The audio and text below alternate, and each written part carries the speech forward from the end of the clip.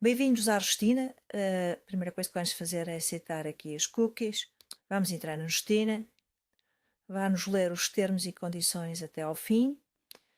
E quando chegamos ao fim, podemos aceitar e continuar. Estamos na Justina. A Justina online só permite fazer recursos de apelação. Não permite recurso de revista, seja per saltum, seja o dito normal, seja o excepcional. Isso podem encontrar no Justina Software. Mas eu vou utilizar este para vos falar de uma parte importante da Justina, que é o contexto legal. Pese embora eu vá falar num caso real que aconteceu hoje, mas no recurso de revista para o Supremo Tribunal de Justiça. Mas vai servir de exemplo depois de começar por aquilo. Portanto, com a Justina, nós carregamos os dados das partes, dos autores, o réu, o tribunal, que relação, o juiz, número de terceiros. Estou aqui a colocar numas à sorte. O advogado, neste caso vamos pôr Justina, 60.000 euros. Vamos pôr aqui um e-mail.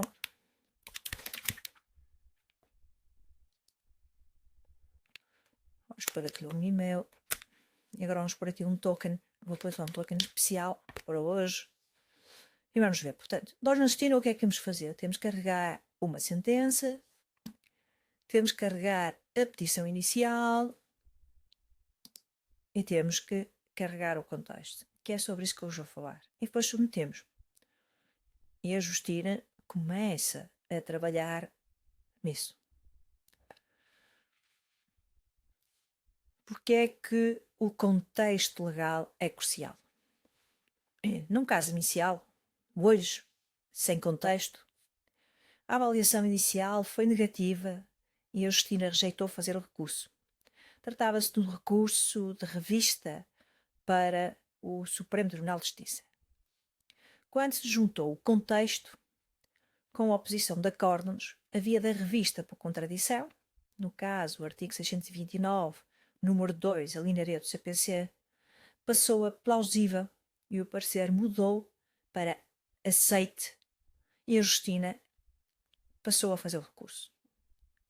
O ponto é simples. Sem contexto, a Justina só vê a petição inicial e a sentença.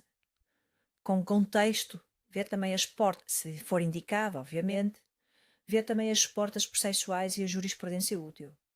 O que altera, obviamente, a estratégia e a probabilidade. E como é que a Justina funciona? Ela faz uma pré-triagem automática. Lê a petição inicial, sentença e contexto. E depois emite um relatório e admite fazer o recurso ou não. O marcador, se admite ou não, resulta do direito aplicável às premissas fornecidas. Depois gera o recurso. E é na fundamentação de direito onde o contexto pesa. No fim, produz um documento em Word, no estilo forense, e fica pronto. Mas porquê é que o contexto é decisivo? Eu vou-vos mostrar um exemplo do contexto. Esta era uma parte do contexto que hoje importava para o recurso de revista. Inicialmente não tínhamos colocado isto no contexto e a Justina recusou por entender que havia dupla conforme. Quando colocamos este contexto, a Justina ficou a perceber que existia um outro acórdão, no caso já transitado em julgado, e nós depois indicamos, por acaso não é este o que está transitado em julgado, é salvo erro este, não, é salvo erro, exatamente, salvo erro este, ou este, e não este, que ainda não transitou em julgado, mas indicar-nos o acórdão, então passou a ser admissível o recurso do acórdão da relação que está em contradição com outro acórdão, dessa ou da diferente relação, portanto o artigo 629, 2, a linha B do CPC. A Justina, então, passou a fazer o recurso. E porque é que o contexto é decisivo? Exatamente, em primeiro lugar, sobre a admissibilidade, desbloqueia caminhos formais, como aqui este exemplo, contradição entre relações para franquear a dupla conforme via o artigo 629, número 2, a linha D do CPC, subsidiariamente o artigo 672 ainda no caso, que se aplicava e explicamos porquê, sem contexto. A peça pode cair logo no filtro da admissibilidade, ser inadmissível. E quanto ao mérito, já no recurso, orienta a interpretação do direito, identifica os vícios da fundamentação, eventuais nulidades e erros de direito. Ou seja, quando existe um contexto, evita-se que a análise trate um caso sistémico como um episódio local. O risco de rejeição reduz negativas por falta de base e como a Justina não inventa jurisprudência, se não lhe dermos as peças certas, os acórdãos certos, ela fica mais limitada. Portanto, a rota correta é o contexto legal, dizer qual é a tese e onde estão os alicerces que a Justina deve de utilizar. Ou seja, ajuda a apodar pedidos acessórios fracos e a centrar o ataque onde a probabilidade é maior. O que vier no contexto? Devem priorizar material verificável e transponível. Acórdãos da relação ou do Supremo Tribunal de Justiça, em que indicam o tribunal, a data, o processo, as passagens decisórias que colidem com o recorrido, idealmente com o trânsito em julgado. Sumários e critérios sobre a mesma questão fundamental de direito e a mesma legislação.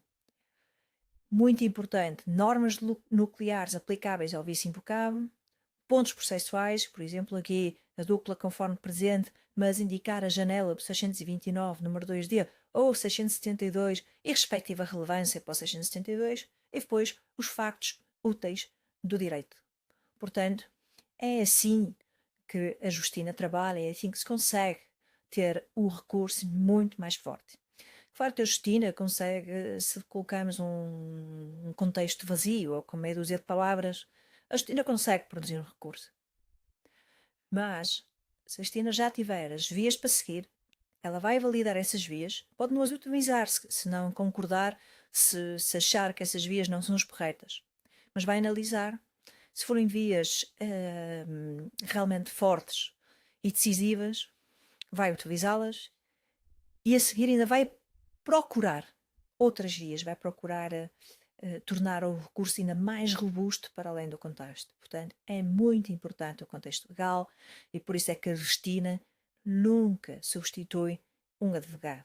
É uma ferramenta de ajuda a um advogado. E quanto melhor for o advogado, melhor será o contexto, melhor será o recurso, maior a probabilidade de ganho. Era só isto que eu vos queria transmitir e espero que continue a utilizar a Justina, tanto a Justina online como, para o caso de quem tiver um computador apto para isso, a Justina Software.